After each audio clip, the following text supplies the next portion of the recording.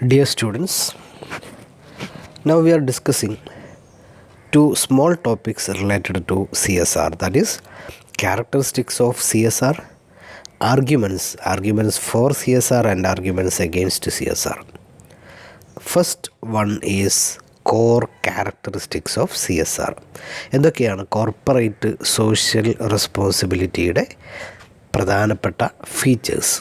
First one, it is voluntary. CSR എന്ന് പറയുന്നത് compulsory അല്ല, it is a voluntary regulation from the self regulation from the part of the ബിസിനസ്സിൻ്റെ ഭാഗത്തു നിന്നുള്ളൊരു self റെഗുലേഷനാണ്. It is a voluntary activity, സ്വമേധയാ ചെയ്യുന്നതാണ്. Second one, multiple stakeholder orientation. CSR എന്ന് പറഞ്ഞു കഴിഞ്ഞാൽ it is not simply the responsibility towards society, but there are different stakeholders of business, just like owners, management, employees, customer, creditor, government. There are different parties, different stakeholders which related to CSR. So we have the responsibility to different all the stakeholders. So we can say that CSR is a multiple stakeholder orientation. Then alignment of social and economic responsibilities. Actually we know there are different type of responsibility in CSR, just like economic responsibility, then philanthropic responsibility, etc., social responsibility, etc. Simply ഇതിനെ നമുക്ക് രണ്ട് category ആക്കാം. ഒന്ന് economic, മറ്റൊന്ന് social. So it is an alignment of both social and economic responsibilities. Economic അല്ലാത്ത എല്ലാ റെസ്പോൺസിബിലിറ്റിയും നമ്മൾ സോഷ്യൽ എന്ന് പറയുന്ന കാറ്റഗറിയിൽ ഉൾപ്പെടുത്തിയിട്ടാണ് ഇറ്റ് ഹാസ് ടു എലമെൻറ്റ്സ് എന്ന് പറയുന്നത്. Then it involves certain practices and values. CSRൻ്റെ പ്രത്യേകത, ദീസ് ആർ പ്രാക്ടീസസ്, അല്ലേ? ബിസിനസ് ദൈനംദിനമായി ചെയ്യേണ്ട കുറേ പ്രാക്ടീസുകളാണ്.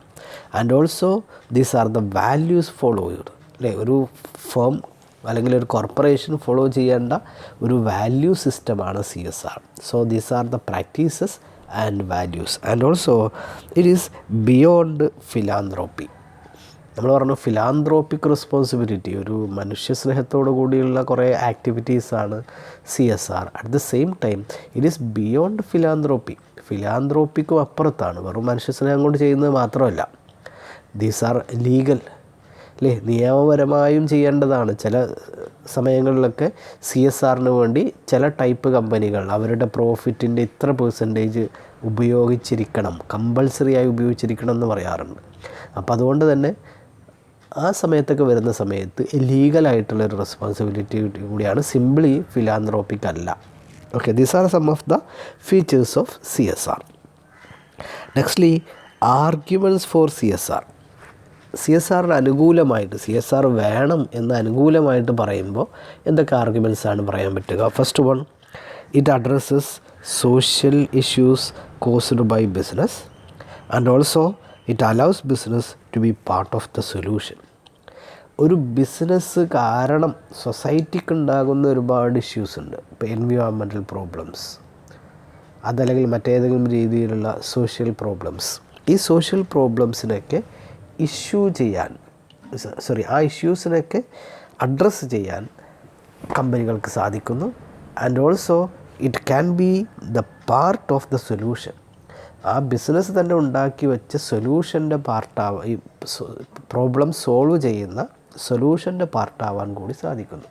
ഇപ്പോൾ ഫോർ എക്സാമ്പിൾ ഒരു കമ്പനി ഒരു പെർട്ടിക്കുലർ എൻവിയോൺമെൻറ്റൽ ഇഷ്യൂ ഉണ്ടാക്കുന്നുണ്ടെങ്കിൽ ആ എൻവിയോൺമെൻറ്റൽ ഇഷ്യൂസിനെ അഡ്രസ്സ് ചെയ്യാൻ കമ്പനിക്ക് സാധിക്കും, ആ ഇഷ്യൂ സോൾവ് ചെയ്യാനും കമ്പനിക്ക് സാധിക്കും. Then second, it protect the interest of stake holders.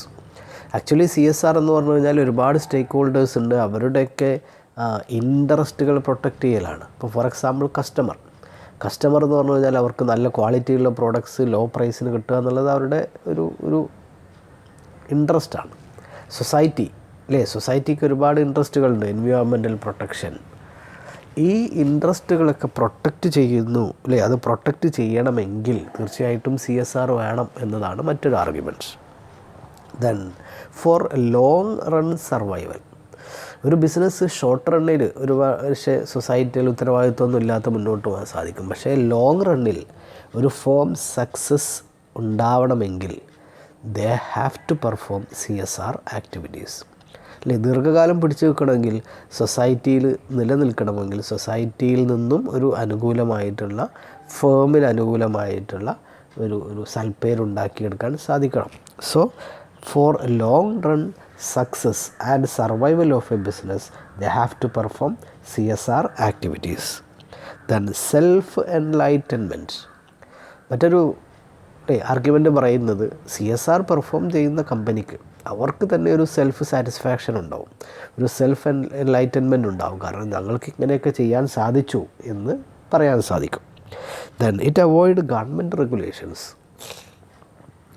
ഒരുപാട് CSR ആക്ടിവിറ്റി ചെയ്യുന്ന സ്ഥാപനം അല്ലെങ്കിൽ ഒരുപാട് എമൗണ്ട് CSRന് വേണ്ടി പെർഫോം ചെയ്യുന്ന സ്ഥാപനത്തിന് പല രീതിയിലുള്ള ഗവൺമെൻറ് റെഗുലേഷൻസ് ഒഴിവാക്കാൻ സാധിക്കും. ഇപ്പോൾ ഫോർ എക്സാമ്പിൾ ഇത്ര % പ്രോഫിറ്റ് CSRന് വേണ്ടി പെർഫോം ചെയ്യാൻ വേണ്ടി ഉപയോഗിക്കുന്ന കമ്പനികൾ, അവർക്ക് ഇന്ന റെസ്ട്രിക്ഷൻസ് ഇല്ല എന്ന് പറയുകയാണെങ്കിൽ അത്തരം റെസ്ട്രിക്ഷൻസിൽ നിന്നൊക്കെ കമ്പനിക്ക് ഒഴിവാവാൻ സാധിക്കും.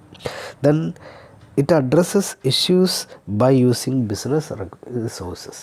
അല്ലേ, മറ്റൊരു ഫേവറബിൾ ആയിട്ടുള്ള ഒരു കാര്യം പറയുന്നത് ബിസിനസ്സിന് അവരുടെ ബിസിനസ് റിസോഴ്സുകൾ ഉപയോഗിച്ചുകൊണ്ട് സോഷ്യൽ ഇഷ്യൂസ് അഡ്രസ്സ് ചെയ്യാൻ വേണ്ടി സാധിക്കും.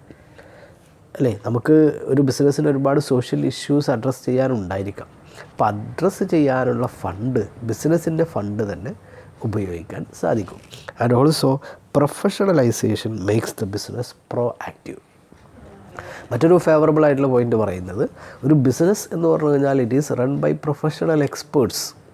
അപ്പോൾ അതുകൊണ്ട് തന്നെ സോഷ്യൽ ഇഷ്യൂസിലും വളരെ പ്രോ ആക്റ്റീവ് എന്ന് പറയുമ്പോൾ ഒരു കാര്യം വരുന്നതിന് മുമ്പ് തന്നെ ആക്ട് ചെയ്യുക, മുൻകൂട്ടി തിരിച്ചറിഞ്ഞുകൊണ്ട് ആക്ട് ചെയ്യുക. അങ്ങനെ ആക്ട് ചെയ്യാൻ ഒരു ബിസിനസ്സിന് സാധിക്കും. കാരണം ബിസിനസ്സിന് പ്രൊഫഷണൽ എക്സ്പെർട്ടൈസ് ഉണ്ട്. അല്ലേ, കോവിഡ് സമയത്ത് ഓക്സിജൻ ഷോർട്ടേജ് ഉണ്ടാകുന്ന സമയത്ത് അത് ഗവൺമെൻറ് മെഷീനറി ഉണർന്ന് പ്രവർത്തിക്കുന്നതിന് മുമ്പ് തന്നെ പല പ്രൈവറ്റ് ബിസിനസ് സ്ഥാപനങ്ങളും അവരുടെ പ്ലാന്റിൽ ഉണ്ടാക്കുന്ന ഓക്സിജനെ ഇതുപോലെ മെഡിക്കൽ പർപ്പസിലേക്ക് ഡയറക്റ്റ് ചെയ്യുകയും ആ രീതിയിൽ അല്ലേ അത് ക്യാപ്പ് ചെയ്യുകയും അത് എന്ത് ചെയ്തിട്ടുണ്ട്, സപ്ലൈ ചെയ്യാൻ സാധിക്കുകയും ചെയ്തിട്ടുണ്ട്. പലപ്പോഴും ഗവൺമെൻറ് മെഷീനറിയിലുള്ള അല്ലേ അവരുടെ കപ്പാസിറ്റി കുറവാണ്, അവരൊരു പ്ലാന്റ് ഉണ്ടാക്കി വരുമ്പോഴേക്ക് ഇത്തരം പ്രൊഫഷണൽ എക്സ്പേർട്ടൈസ് കൊണ്ട് തന്നെ പ്രൈവറ്റ് സ്ഥാപനങ്ങൾക്ക്, പ്രൈവറ്റ് ഫേംസിന്, കമ്പനികൾക്ക് പലർക്കും എന്ത് ചെയ്യാൻ സാധിച്ചിട്ടുണ്ട്, ഓക്സിജൻ സപ്ലൈ ചെയ്യാൻ വേണ്ടി സാധിച്ചിട്ടുണ്ട്. കാരണം അത് അവരുടെ പ്രൊഫഷണലിസമാണ്. അപ്പം അങ്ങനെ professional expertise can be used to act before and. Okay, അപ്പം അങ്ങനെ പ്രോ ആക്റ്റീവായിട്ട് ആക്ട് ചെയ്യാൻ സാധിക്കും. These are some of the arguments in favour of CSR. The next arguments against CSR. Arguments against CSR പറയുന്നത് first, it restrict the goal of profit maximisation. ഒരു ബിസിനസ്സിൻ്റെ goal എന്താണെന്ന് ചോദിച്ചു കഴിഞ്ഞാൽ നമ്മൾ പറയുക പ്രോഫിറ്റ് മാക്സിമൈസേഷനാണ്. അപ്പോൾ ആ ഗോളിനെ റെസ്ട്രിക്റ്റ് ചെയ്യുമെന്നാണ് പറയുന്നത്. കാരണം CSR വെറുതെ ചെയ്യാൻ പറ്റില്ല. അല്ലേ, ഒരുപാട് റിസോഴ്സുകൾ ഉപയോഗിക്കണം, ഒരുപാട് മാൻ പവർ ഉപയോഗിക്കണം. അപ്പോൾ അതുകൊണ്ട് തന്നെ ബിസിനസ്സിൻ്റെ റിസോഴ്സുകൾ അല്ലേ മറ്റു രീതിയിലേക്ക് ചാനലൈസ് ചെയ്യുമ്പോൾ പ്രോഫിറ്റ് മാക്സിമൈസേഷൻ റെഡ്യൂസ് ചെയ്യും എന്നാണ് ഒരു ആർഗ്യുമെൻറ്റ് പറയുന്നത്. Then business is not equipped to handle social activities, it's an economic activity. മറ്റൊരു ആർഗ്യുമെൻറ്റ് പറയുന്നത് ബിസിനസ് എന്ന് പറഞ്ഞു കഴിഞ്ഞാൽ it's an economic activity, social activity അല്ല. അപ്പോൾ അതുകൊണ്ട് തന്നെ സോഷ്യൽ ആക്ടിവിറ്റി പെർഫോം ചെയ്യേണ്ട ആവശ്യമില്ല. ഇതാണ് ഒരു argument. Then it dilutes the primary aim of business. ഒരു ബിസിനസ്സിൻ്റെ പ്രൈമറി എയിം എന്ന് പറഞ്ഞു കഴിഞ്ഞാൽ profit maximisation, wealth maximisation, value maximisation, ഇങ്ങനെ പോകുന്നു. ഒരിക്കലും സോഷ്യൽ റെസ്പോൺസിബിലിറ്റി പെർഫോമൻസ് അല്ല. അപ്പോൾ അതുകൊണ്ട് തന്നെ പ്രധാനപ്പെട്ട എയിമുകളിൽ വെള്ളം ചേർക്കുന്നു, ഡൈല്യൂട്ട് ചെയ്യുന്നു എന്നാണ് മറ്റൊരു argument. Then it limits the ability to compete in global market place. അല്ലേ, ഗ്ലോബൽ മാർക്കറ്റിൽ കോമ്പീറ്റ് ചെയ്യണമെങ്കിൽ ഒരുപാട് റിസോഴ്സുകൾ വേണം.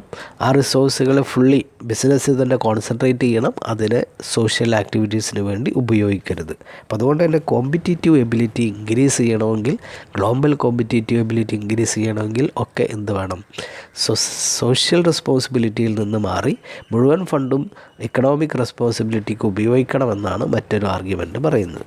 Then inability to quantify social benefits. മറ്റൊരു ആർഗ്യുമെൻ്റ് പറയുന്നത് സോഷ്യലി നമ്മൾ ഒരുപാട് CSR ആക്ടിവിറ്റീസിന് വേണ്ടി ഫണ്ട് ചിലവാക്കുന്നു, പക്ഷേ അതിൻ്റെ ബെനിഫിറ്റ് എന്താണ്, സോഷ്യൽ ബെനിഫിറ്റ് എന്താണ്, ഇത് ക്വാണ്ടിഫൈ ചെയ്യാൻ പ്രയാസമാണ്. ഇപ്പോൾ നമ്മുടെ ഗവൺമെൻറ് തന്നെ ഒരുപാട് ഫണ്ടുകൾ സോഷ്യൽ ബെനിഫിറ്റിന് വേണ്ടി ചിലവാക്കുന്നു, പക്ഷേ ആ എല്ലാ ഫണ്ടുകളും ബെനിഫിറ്റ് കിട്ടിയിട്ടുണ്ടോ ഇല്ലയോ, അതിന് എത്രയാണ് ബെനിഫിറ്റ് കിട്ടിയത് എന്ന് ക്വാണ്ടിഫൈ ചെയ്യാൻ നമുക്ക് സാധിക്കില്ലല്ലോ. അതാണ് ഇവിടെയും പറയുന്ന ഒരു argument. It is not able to quantify the social benefits.